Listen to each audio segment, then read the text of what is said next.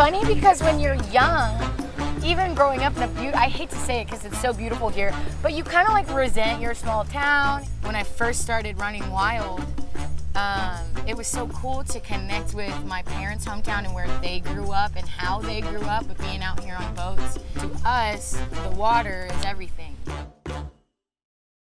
It's very busy out here. She's the original coconut lady for sure, but I definitely, helped her get started. Yeah, I thought it was brilliant. I grew up in this area. Both me and my husband grew up in this area, and we always tried to find a way, on the water or whatever, to have small business because we loved it. And we've done sailboats, we've done suntan oil, we've done everything. Michaela has a brother as well that's a boat captain that's got a boat over here that he charters. So I thought it was great that she was taking her experiences, her life experiences, and doing something creative to start a business here. And I thought it would do really well. I knew that it would be more than just selling coconuts, you know what I mean? Like just carrying them around. I knew that it would be an experience for people. And that's exactly what she's done, is created an experience out of it. Hi. You want me to just kind of pull right up? Hitching? I'll do that. It'll be easier.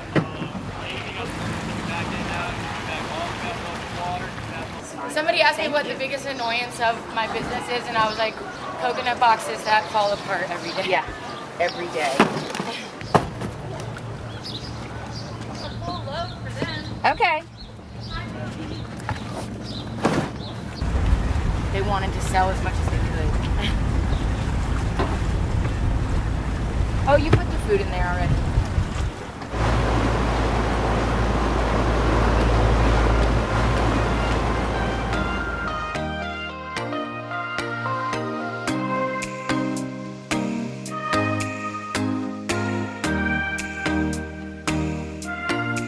Somebody asked me the other day, like, what the community like was at Crab Island, and the cool thing is, it's like, now it's become this place of like all ages, people from all over, and it's even expanded, like, how far people are traveling to come and visit. So it's just, people are just converging from all walks of life. You have, like, my favorite is like the dogs in the life jackets with sunglasses on, like people with floating coolers laying around. They're having fun. Sometimes it can get a little full on and chaotic, but if you just go and look around, it gets pretty funny. Kayla, you want to throw the anchor? Yeah. Huh? Okay.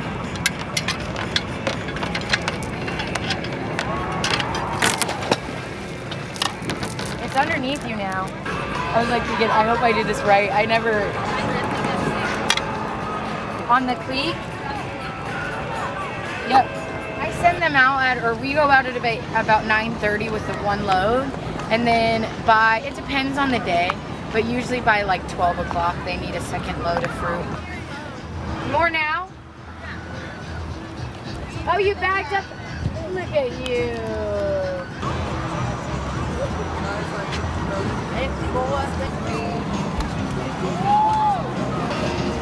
The tree! The whole tree. Ready?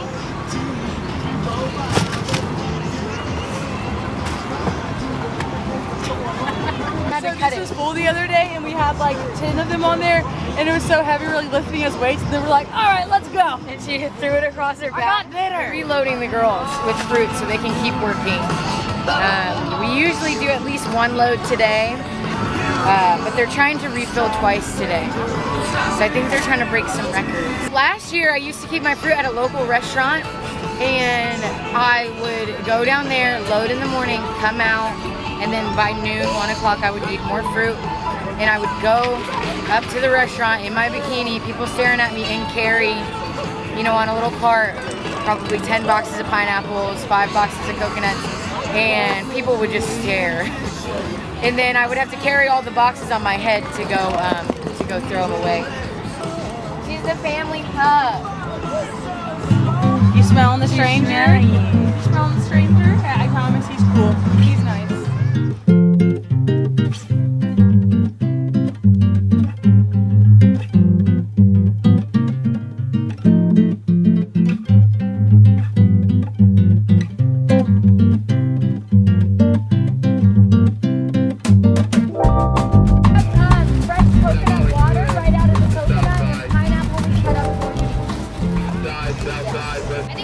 flat. Okay, no worries.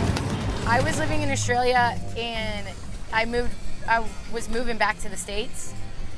And I did a 4-month motorcycle trip through Indonesia because I used to live over there. And I speak the language and I thought I want to go have a last hurrah. And I ended up on a boat off the coast of Sumatra out there in the islands called the Mentawais. And when you finish surfing, the locals paddle out dugout canoes and they sell coconuts to you because you're tired and you're thirsty. And I was watching this exchange happen we're like in this very isolated place. And these locals are selling coconuts and they're talking amongst each other and trying to talk to the Australians in broken English. And I just thought this is such a cool like cultural exchange in the middle of the ocean that's happening. And I knew that there were vendors out here at the time. And I started to think like, I could do that. The first boat that we had, I bought a old wooden canoe and had somebody build the outrigger for it. And then the second boat that we have now, basically the first boat, it was like a week or two that I realized it wasn't gonna withstand the use of all the fruit and everything, like the action of being out here. And so we built the second boat a couple months after that, and that was in 2019. And I had my dad's old sailing friend that they grew up with, he built it in his backyard.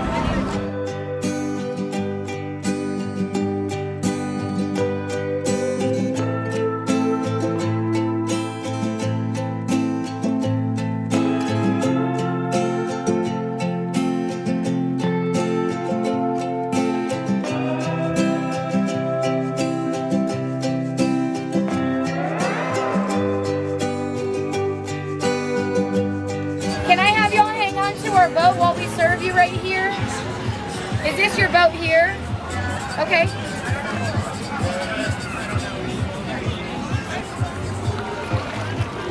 All right. So we have coconut water right out of the coconut. Do you know what you wanted? A lot of people do want a beef. Yeah, let's try that. Okay. Just watch your hands here, okay? I'm gonna cut up some fruit.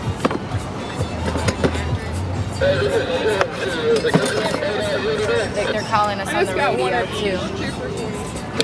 One's coconut. Hi, we're out here. No.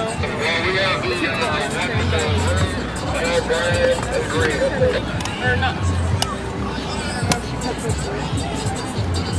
Do you cut up the coconut? So the coconut we're gonna open up so you can drink the coconut water. You can get 2 pineapples if you like for 20 either. It's just up to you. Well, she was saying she wanted to eat the coconut. Yeah, it's just the water. You can't get all the way into the coconut flesh. Okay. But we put a straw in there so you can drink it. We were on this small island. Now it's not as like underdeveloped, but it's just off the coast of Bali. It's called Nusa Lembongan, and they're Balinese people, but they're just like separated by a small bit of water on this other little island. And they're quite poor. They don't have a lot there to offer. They seaweed farm there. So we were walking through the village and it smells really, really bad because people seaweed farm, so it's seaweed drying out, so you get like this fishy smell. And just checking out the scene, and ended up around this little group of kind of shacks, and this family invited us into their home, and they always have like a welcoming gift, like fruit or whatever, and the only thing they had were coconuts. So they went and climbed up and cut us coconuts, and that was the first one. I think we shared one, me and our friends. But to them, even at that time, that's like, they have nothing, and they're gonna give you the best of what they have, and it's like a housewarming, welcoming gift, you know? And that's what it meant then, and I feel like that's what it still means now. Very good. This one I think will be really quick because we're like on the outskirts, I think. Yeah. You want to wait? Yeah, we'll just wait it out.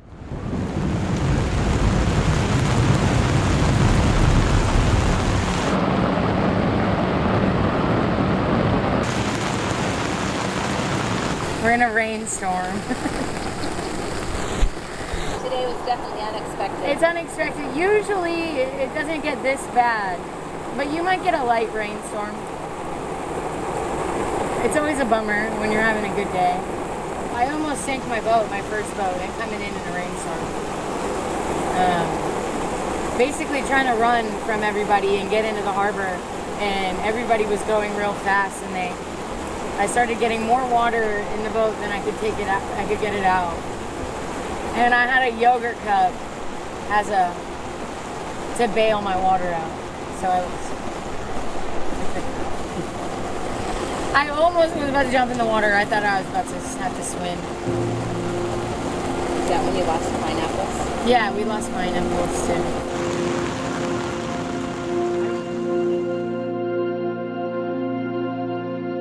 When you start to feel, I mean, and I think a lot of small business owners or entrepreneurs probably feel this way. It's like, there's no other option.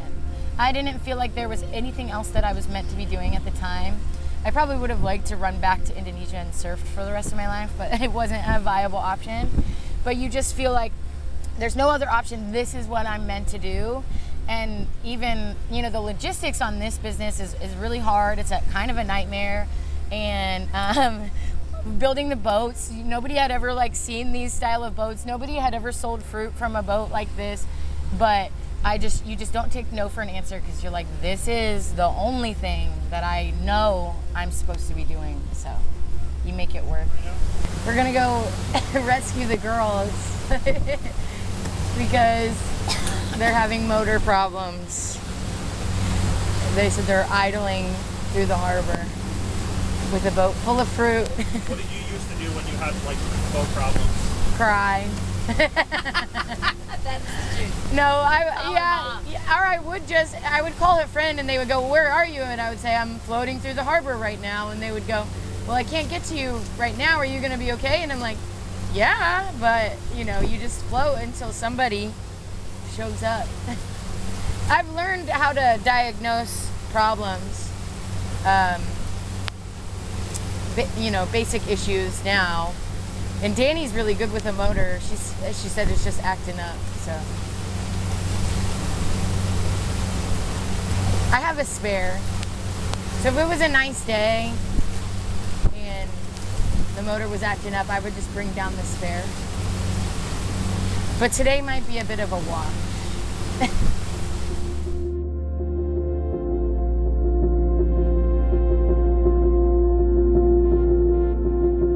I'm proud of you guys. We made it. Good job. You should have seen. I wish we could have videoed. Oh my we God, did take a under the video. bridge was Did you crazy. see how bad it got at the climax? That's Yeah. when we left the bridge. Yeah, I know you guys had were to- like, we're there was leaving. getting so much water in the boat. I'm like, we're gonna No, sink. it We was had a to get shit home. We show were pumping and driving. Like it was. They're the best. Horrific. Like No, yeah. because I love that y'all thought on your feet, because this is what I'm saying. I did this for 2 years. Like, nobody told me what to do in these situations, and I was just like, I don't know, but maybe I'll make it. Yeah, and well, like Jimmy was like, "Yo, do not get out from underneath that bridge." I said, "We're going home. We're going sink." I'm like, "We're going home." And there was like just boats everywhere. It was like a zigzag, and I was like, "Angie, pump!" She's laying on the pineapples, pumping. No, like, the whole time I was just like pumping. yeah. And then the motor gave out right there, and we're like, I know, that's why I was like, we have to go. So right now we don't have any boxes because they all got wet because of the rain. So we are now using towels as hammocks to carry all of our produce back up to our vehicles. I'm Danny, and I'm Angelina. so we are Coconut and Pineapple Girls from Michaela. I've also always worked on Crab Island. I've been out there for about 2 to 3 years now. I'm also have my captain's license, and yeah. She's a badass.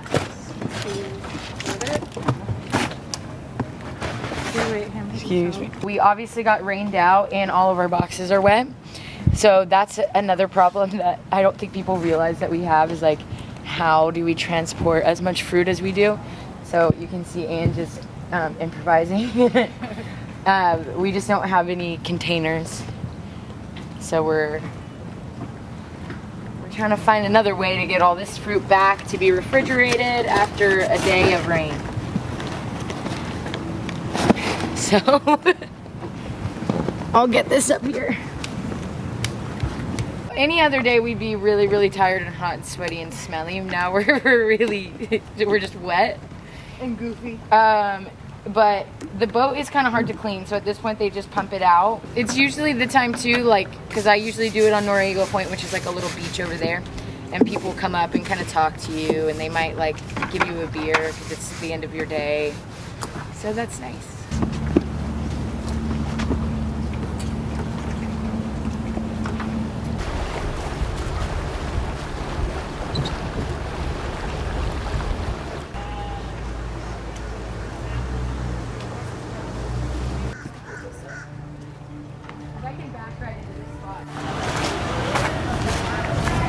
COCUNUT bought my first new car.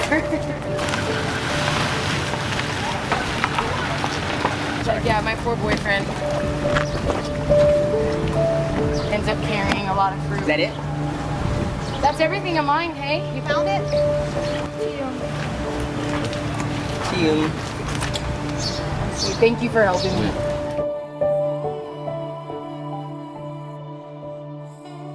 I think it always pays off to just follow your heart. I know that sounds like a privileged idea. To me, I never wanted to live a life doing something that I didn't absolutely love or wasn't passionate about. And I think if you follow your passion, you can't really go wrong. Even when things when they are difficult or they're hard, or you might feel like you're, failing.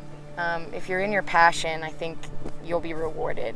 You got to get up, and sometimes it's not easy, and sometimes you're tired, but this is the most, I know that I could never feel this rewarded or validated doing anything else, because this is what I'm passionate about. And so at the end of the day, that's my reward, is getting to do what I love.